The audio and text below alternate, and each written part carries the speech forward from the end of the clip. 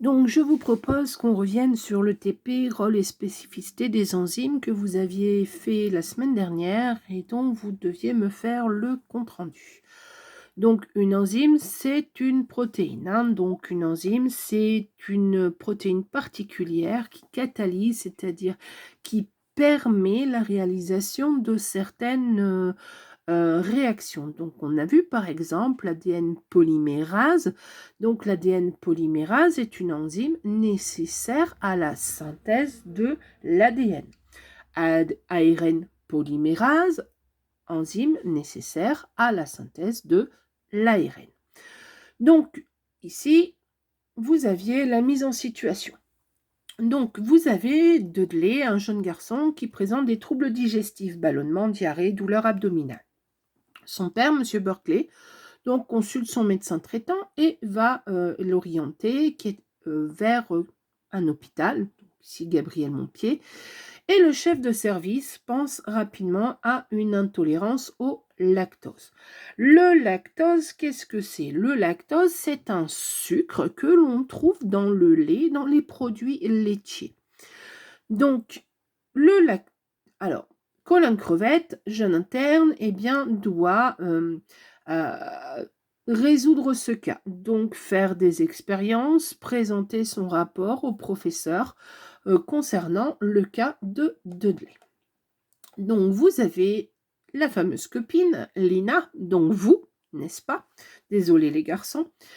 Et donc, vous devez aider Colin à prouver deux choses. Que l'intolérance au lactose de Dudley est liée à un problème au niveau d'une enzyme qu'on appelle la lactase.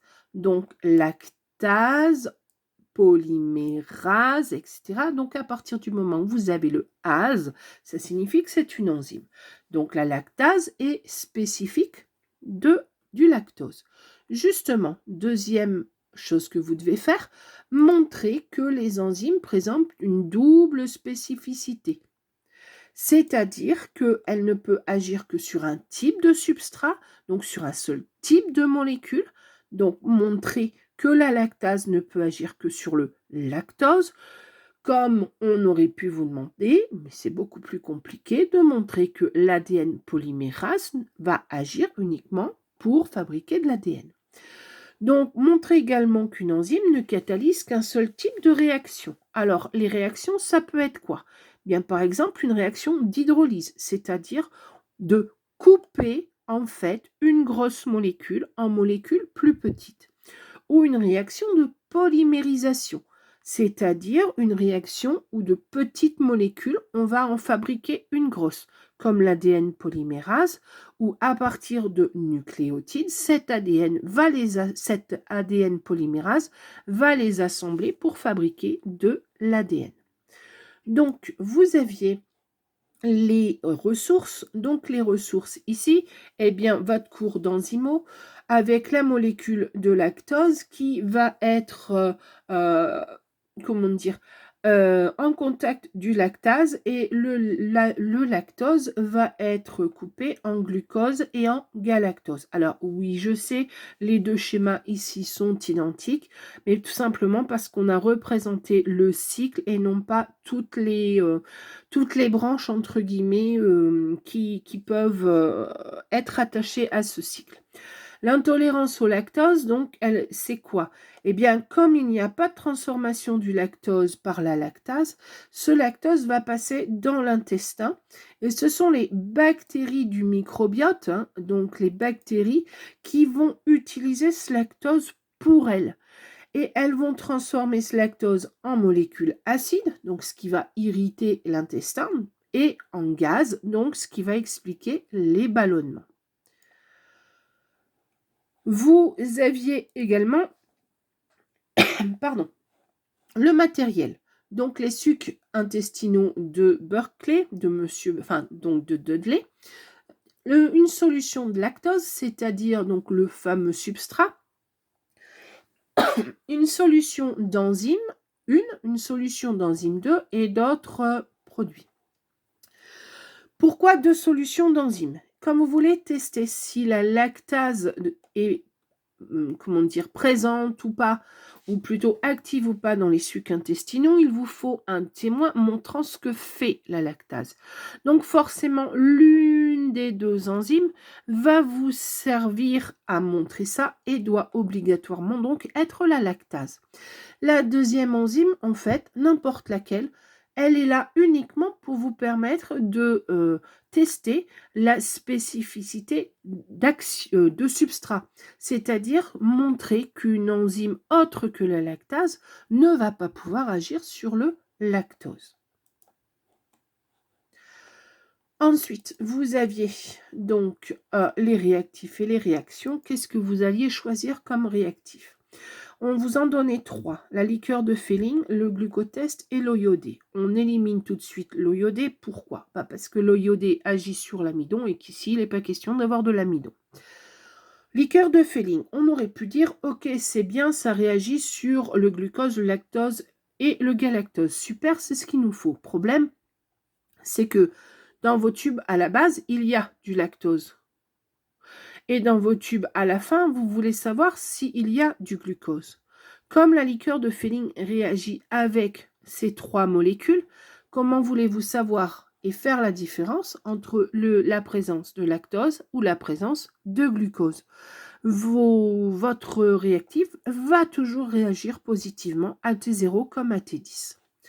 Donc, il vous reste le glucotest. Donc, en fait, un réactif qui est posé sur une bande de papier et qui, en fonction de la quantité de glucose ou pas dans vos tubes, va réagir en donnant des couleurs spécifiques de la quantité de glucose trouvée.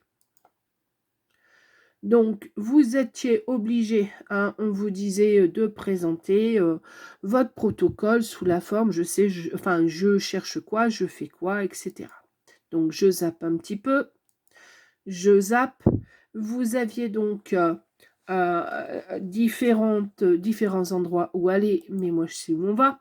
Donc, voici le protocole de Colin. Donc, 4 tubes, avec dans chaque tube la même quantité de substrat et des solutions que vous allez tester. Donc, dans le tube 1, vous allez mettre de la lactase. La lactase, c'est l'enzyme E1, c'est ce qui vous sert de témoin positif. Vous serez sûr que là, vous aurez une réaction. Témoin négatif, eh bien, le plus simple, c'est de ne pas prendre aucune enzyme. Donc, vous allez mettre de l'eau distillée. Donc, cette eau distillée, ça n'a jamais digéré quoi que ce soit. Hein. Tube 3, la deuxième enzyme pour montrer la spécificité de substrat, c'est-à-dire que une enzyme va bien agir sur un substrat. Donc ici, la pepsine n'est pas normalement l'enzyme qui digère le lactose. Vous allez le prouver. Et enfin, vous allez avoir le tube 4 avec les sucs intestinaux de Dudley. Et en fonction, effectivement, de il a ou il n'a pas de lactase active, vous verrez les résultats. Donc 10 minutes de réaction et au bain-marie à 37 degrés puisqu'on reproduit ce qui se passe dans le corps humain. Donc il faut mettre à la température du corps humain. Donc je vais aller directement au résultat. Il y avait la porte de secours.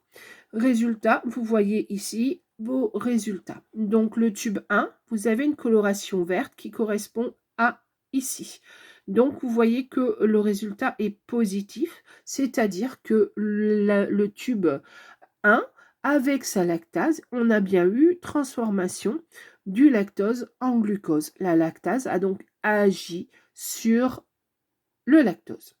Tube 2, témoin négatif, donc on est ici, eh bien je n'ai pas de réaction, ce qui est plutôt normal. Tube 3 avec la pepsine, une autre enzyme, pas de réaction, donc je démontre bien la spécificité de substrat. Tube 4, eh bien vous n'avez pas de réaction, donc ça veut bien dire que Dudley, eh bien sa lactase n'est pas active.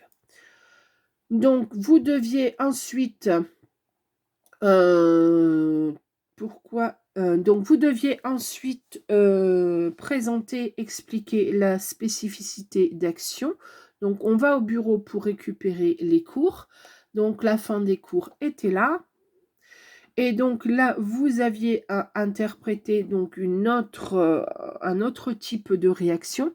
Donc, l'amidon, le maltose, donc avec les tubes témoins, donc montrer que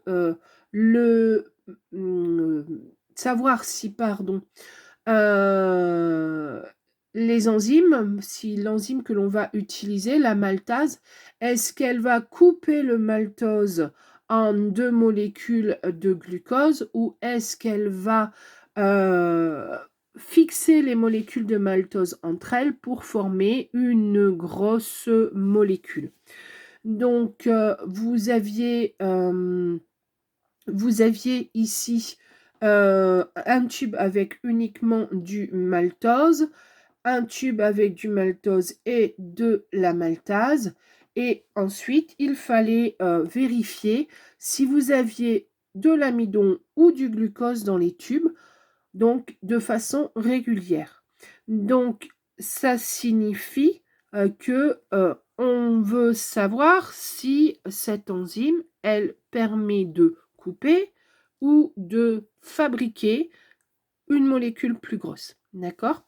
Donc, vous deviez interpréter et en fait, la maltase, si vous avez bien interprété, c'est une enzyme qui ne peut que permettre la, la découpe du maltose en 2 molécules de glucose. Elle ne permet pas la synthèse d'amidon.